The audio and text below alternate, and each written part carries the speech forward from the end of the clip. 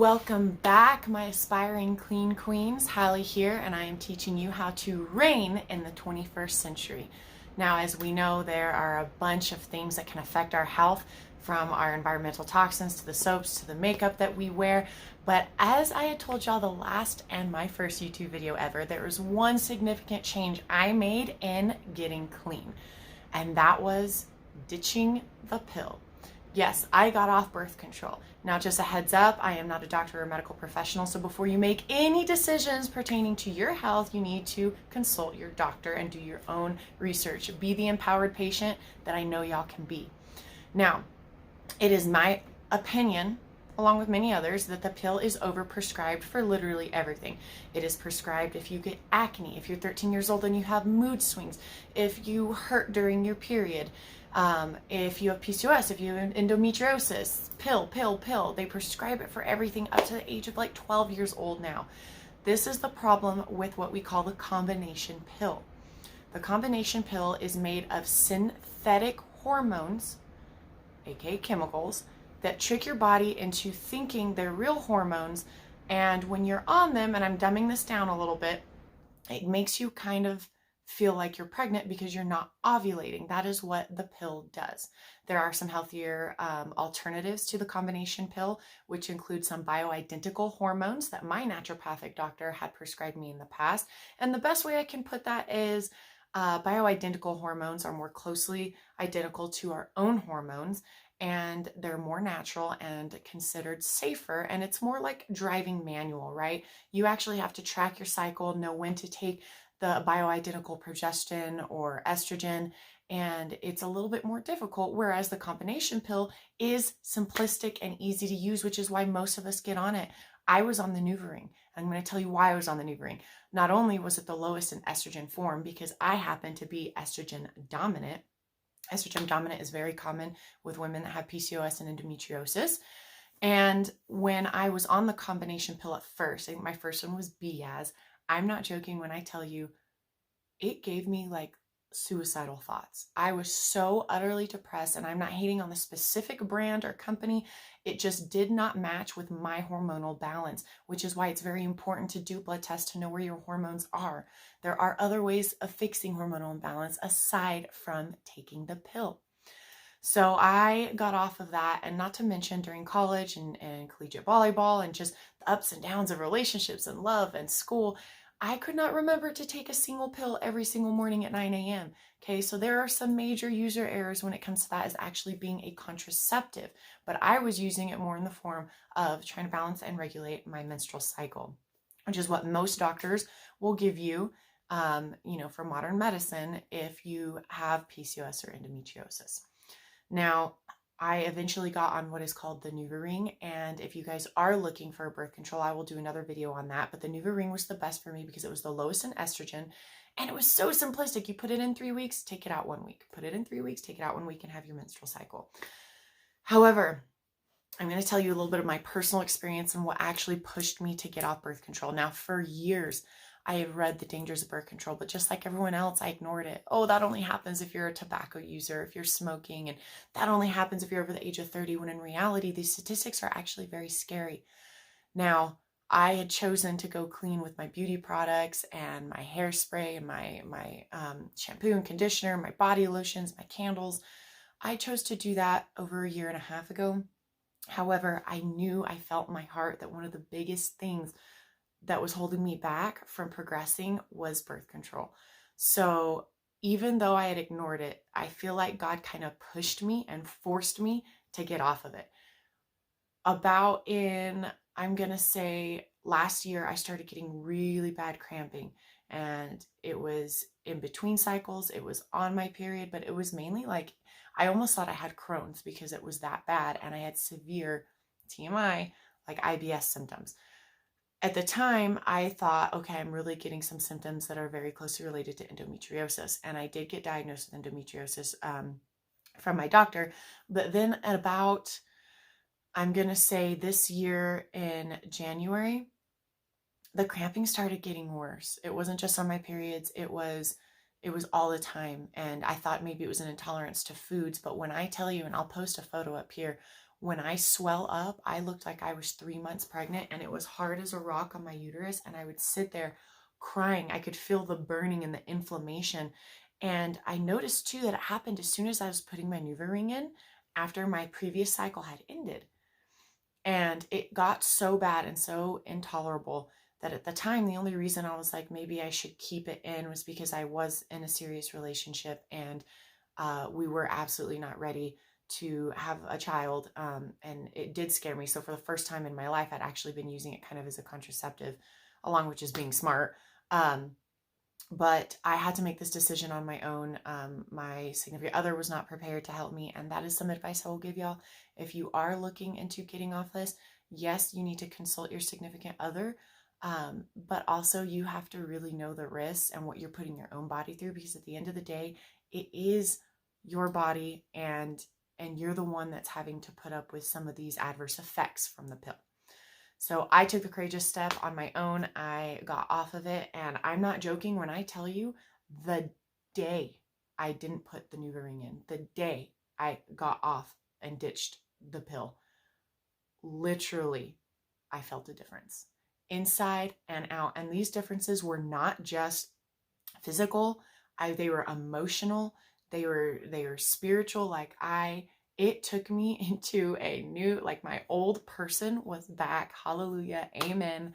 The old Hallie was back, and it made my relationship better at the time with my boyfriend. It made me more attracted to him. But most importantly, I mean, the severe abdominal cramping. I lost like 10 pounds in a week, guys, because I couldn't eat. Severe cramping, gone. The bloating is minimal every now and then, mainly near my period, because of the endo I have. I mean, it took me from a 12 of pain to, I mean, I'm at I would say a 2 now, like night and day difference.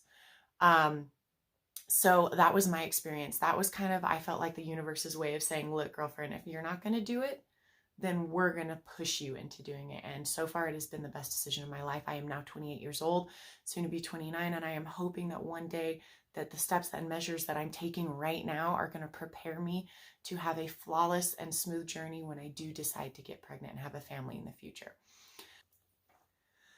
Now, with all of that said, that was my own personal journey. Now, I could have talked hours for that, but that was just short, sweet. I mean, best decision I ever made was to get off of it. But I had mentioned earlier that when I was on one of the first pills that I took, which was very high in estrogen, I was so depressed, and I hadn't told anyone this at the beginning, but I actually was having like suicidal thoughts. And for me, being the happy person and very optimistic person that I am, that was not normal. So I mean, it caused problems between me and my mom. Like, they just were like, what's going on with this girl? I was a terrorist. I was depressed. I was emotional. I was just all over the place. Now, that leads me to my first very scary statistic. There are studies that have proven that you are 23 times more likely to suffer from depression while you are on the pill, the combination birth control pill. Now, some people are like, 23, Hallett, that's not too much. However, I would venture to say that 23 times the amount of depression is way too much for women to be put through in this very beautiful, happy life. And not only that, it gets scarier. It is 80% increase in teenagers. As if being a teenager is not hard enough, let's throw on some clinical and medical induced depression with it, please. Because, you know, high school doesn't suck as it is. So that was one of the first scary. Now, one of the most alarming statistics that I have researched within the last few years, and I still don't understand how this doesn't alert people, but the WHO, the World Health Organization in Europe, had actually classified the combination birth control as a Class A carcinogenic. What does that mean? We all know what a carcinogenic is. You know, when you smoke cigarettes, it increases your likelihood of cancer. They classified this as a Class A, not a B, C, or D, a Class A. You want to know some other Class A carcinogens?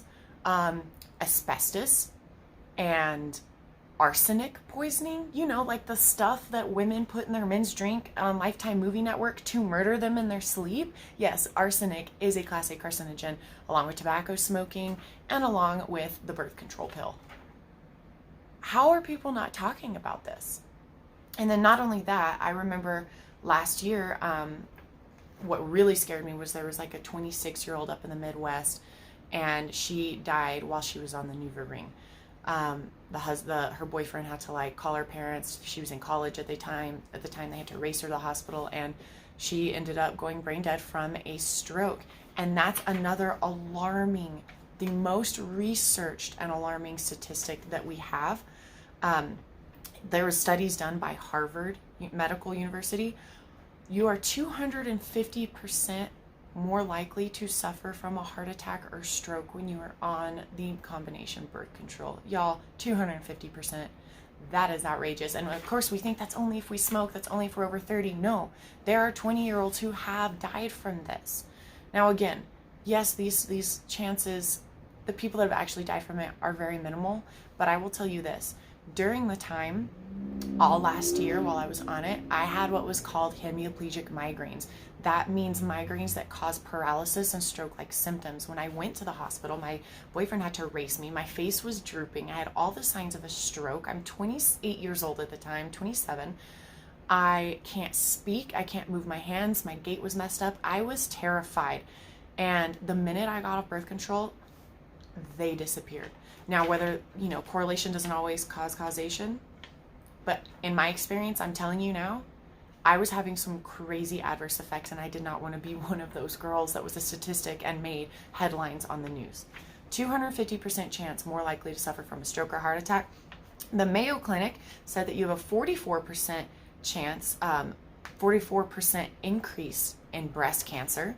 And if you're on it 5 to 9 years, which most of us are during our childbearing years, you are 2 times the risk for cervical cancer, which we already have a high risk technically if you suffer from polycystic ovarian syndrome. So why would we add more risk to that?